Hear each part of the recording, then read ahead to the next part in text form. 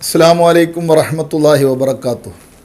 ബിസ്മില്ലാഹി വൽഹംദുലില്ലാഹി വസ്സലാത്തു വസ്സലാമു അലാ അഷ്റഫി റസൂലില്ലാഹ് വഅലാ ആലിഹി വഅസ്ഹാബിഹിൽ ഫായിസീന ബിറുല്ലാഹ്. ബഹുമാനമുള്ളവരെ, ഇന്ന് ശഅബാൻ 3 മൂന്നാമത്തെ സ്വലാത്ത് നമ്മൾ പരിചയപ്പെടുത്തുകയാണ്. ഇത് നമ്മുടെ ഈമാൻ സുരക്ഷിതമായ മരണത്തിന് വേണ്ടി മഹാന്മാരായ ആരിഫീങ്ങൾ പഠിപ്പിച്ചൊരു സ്വലാത്താണ്. മാത്രമല്ല പല സ്വലാത്തിൻ്റെ ശൃംഖലയിലും ഇത് വന്നിട്ടുണ്ട്.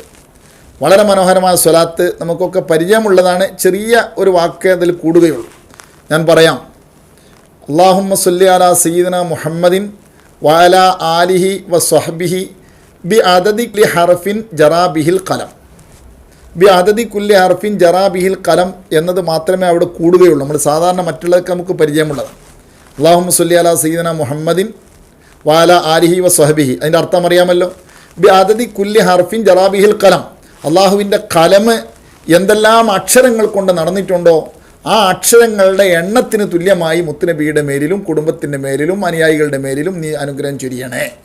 അപ്പോൾ അത്രയും എണ്ണം സ്വലാത്ത് എല്ലിയ സ്ഥാനം വരും. അള്ളാഹുവിൻ്റെ കലമ കൊണ്ട് ഈ ലോകത്തുള്ള എല്ലാ ചരാചര വസ്തുക്കളെയും ഇവിടെ നടക്കുന്ന എല്ലാ പ്രവർത്തനങ്ങളെയും റെക്കോർഡ് ചെയ്തിട്ടുണ്ടല്ലോ. അതുകൊണ്ട് അപ്പോൾ എത്ര അക്ഷരങ്ങൾ വന്നിട്ടുണ്ടാകും, അതിനെണ്ണത്തിന് തുല്യമായി നീ മുത്തുനബിക്ക് അനുഗ്രഹം ചൊരിയണമെന്ന്. ഇങ്ങനെ ചൊല്ലിയാൽ അതുപോലെയുള്ള എണ്ണത്തിൻ്റെ പ്രതിഫലം കിട്ടുമോ ഇല്ലേ എന്നൊക്കെ പണ്ഡിതന്മാർ വ്യക്തമാക്കിയിട്ടുണ്ട്. ഇൻഷാ അല്ലാഹ് ഇത് ഹ്രസ്വമായ ക്ലിപ്പുകളായതുകൊണ്ട് അതിൽ കൂടുതൽ വിശദീകരിക്കുന്നില്ല. അത് മറ്റ് ചില സാധുവായ ഞാൻ ചില പ്രസംഗങ്ങളിലൊക്കെ ആ കാര്യം തെളിവ് സഹിതം പറഞ്ഞിട്ടുണ്ട്. നമുക്ക് അതിക്കാൻ അല്ലാഹു തൗഫീക്ക് നൽകുമാറാകട്ടെ. ഇവിടെ മഹാന്മാരായ ആരിഫീങ്ങൾ ഈ സ്വലാത്ത് എങ്ങനെ ഉപയോഗിക്കണമെന്നാണ് പറഞ്ഞിട്ടുള്ളത്. മൻ ഖാല ബഅദ സ്വലാത്തിൽ മഗ്രിബി ഖബല അൻ യതകല്ലമ, മഗ്രിബ് നിസ്കാരാനന്തരം സംസാരത്തിലേർപ്പെടുന്നതിന് മുമ്പ് ആരെങ്കിലും പറഞ്ഞാൽ അല്ലാഹുമ്മ സ്വല്ലി അലാ സയ്യിദിന മുഹമ്മദിൻ വഅലാ ആലിഹി വസ്വഹ്ബിഹി ബി അദദി കുല്ലി ഹർഫിൻ ജറാ ബിഹിൽ ഖലം എന്ന് ആരെങ്കിലും പറഞ്ഞാൽ 10 മറാത്തിൻ 10 തവണ പറഞ്ഞാൽ മാത്ത അലൽ ഈമാൻ, അദ്ദേഹം ഈമാനിൻ്റെ മേലിലായിരിക്കും മരണപ്പെടുക. അപ്പോൾ എന്തൊക്കെയാണ് വേണ്ടത്? ഒന്ന്, മഗ്രിബ് നിസ്കാരത്തിൻ്റെ ശേഷമാണ് ഈ ലക്ഷ്യത്തിന് വേണ്ടി ചെല്ലേണ്ടത്. അതും സംസാരിക്കുന്നതിന് മുമ്പ്. ഇത്തരം ഘട്ടങ്ങളിലൊക്കെ സംസാരിക്കുന്നതിന് മുമ്പ് എന്ന് പറയുമ്പോൾ നബവിയായി നമ്മൾ പഠിച്ചിട്ടുണ്ട് നിസ്കാരം കഴിഞ്ഞ ഉടനെ ചെയ്യേണ്ടുന്ന ചില കർമ്മങ്ങൾ. ഉദാഹരണമായി മഗ്രിബ് നിസ്കാരത്തിന് ശേഷം 10 തവണ ലാ ഇലാഹ ഇല്ലല്ലാഹു വഹ്ദഹു ലാ ശരീക ലഹു എന്ന ദിക്ർ ചെല്ലേണ്ടതുണ്ട്. അല്ലാഹുമ്മ അജിർനി മിനന്നാർ എന്നത് 7 വട്ടം ചെല്ലേണ്ടതുണ്ട്. അതൊക്കെ കഴിഞ്ഞതിന് ശേഷം നമുക്ക് ചെല്ലിയാൽ മതി. മാത്രമല്ല ഇത് ഈ ലാ ഇലാഹ ഇല്ലല്ലാഹു വഹ്ദഹു ലാ ശരീക ലഹു എന്ന് ചെല്ലുന്നതിന് മുമ്പ് തന്നെ നിസ്കാരം കഴിഞ്ഞ ഉടനെയുള്ള ഇസ്തിഗ്ഫാർ ചെല്ലണമെന്നാണ്. നമ്മുടെ ബുഖിയ പോലുള്ള കിതാബുകൾ നോക്കിയാൽ കാണാൻ കഴിയും.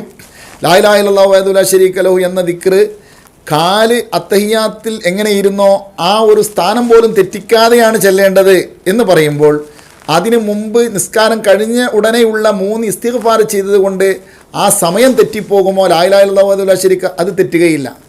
ലാ ഇലാഹ ഇല്ലല്ലാഹു വഹ്ദഹു ലാ ശരീക ലഹു ചെല്ലുന്നതിന് മുമ്പ് 3 ഇസ്തിഗ്ഫാർ ചെല്ലിയത് കൊണ്ട് ലാ ഇലാഹ ഇല്ലല്ലാഹു എന്നുള്ളതിൻ്റെ സമയം നഷ്ടപ്പെടുന്നില്ല. അതുപോലെ ഇവിടെ സംസാരിക്കുന്നതിന് മുമ്പ് എന്ന് പറഞ്ഞാൽ ഭൗതികമായ സംസാരത്തിൽ ഏർപ്പെടുന്നതിന് മുമ്പ് എന്നാണ് അതിൻ്റെ ഉദ്ദേശം. ഇത് പല സ്ഥലങ്ങളിൽ ഇത്തരം വിഷയങ്ങളിലൊക്കെ മഹാന്മാർ പറഞ്ഞിട്ടുണ്ട് ഉള്ളത് കൊണ്ട് ഞാൻ നിങ്ങൾ ഓർമ്മപ്പെടുത്തുകയാണ്.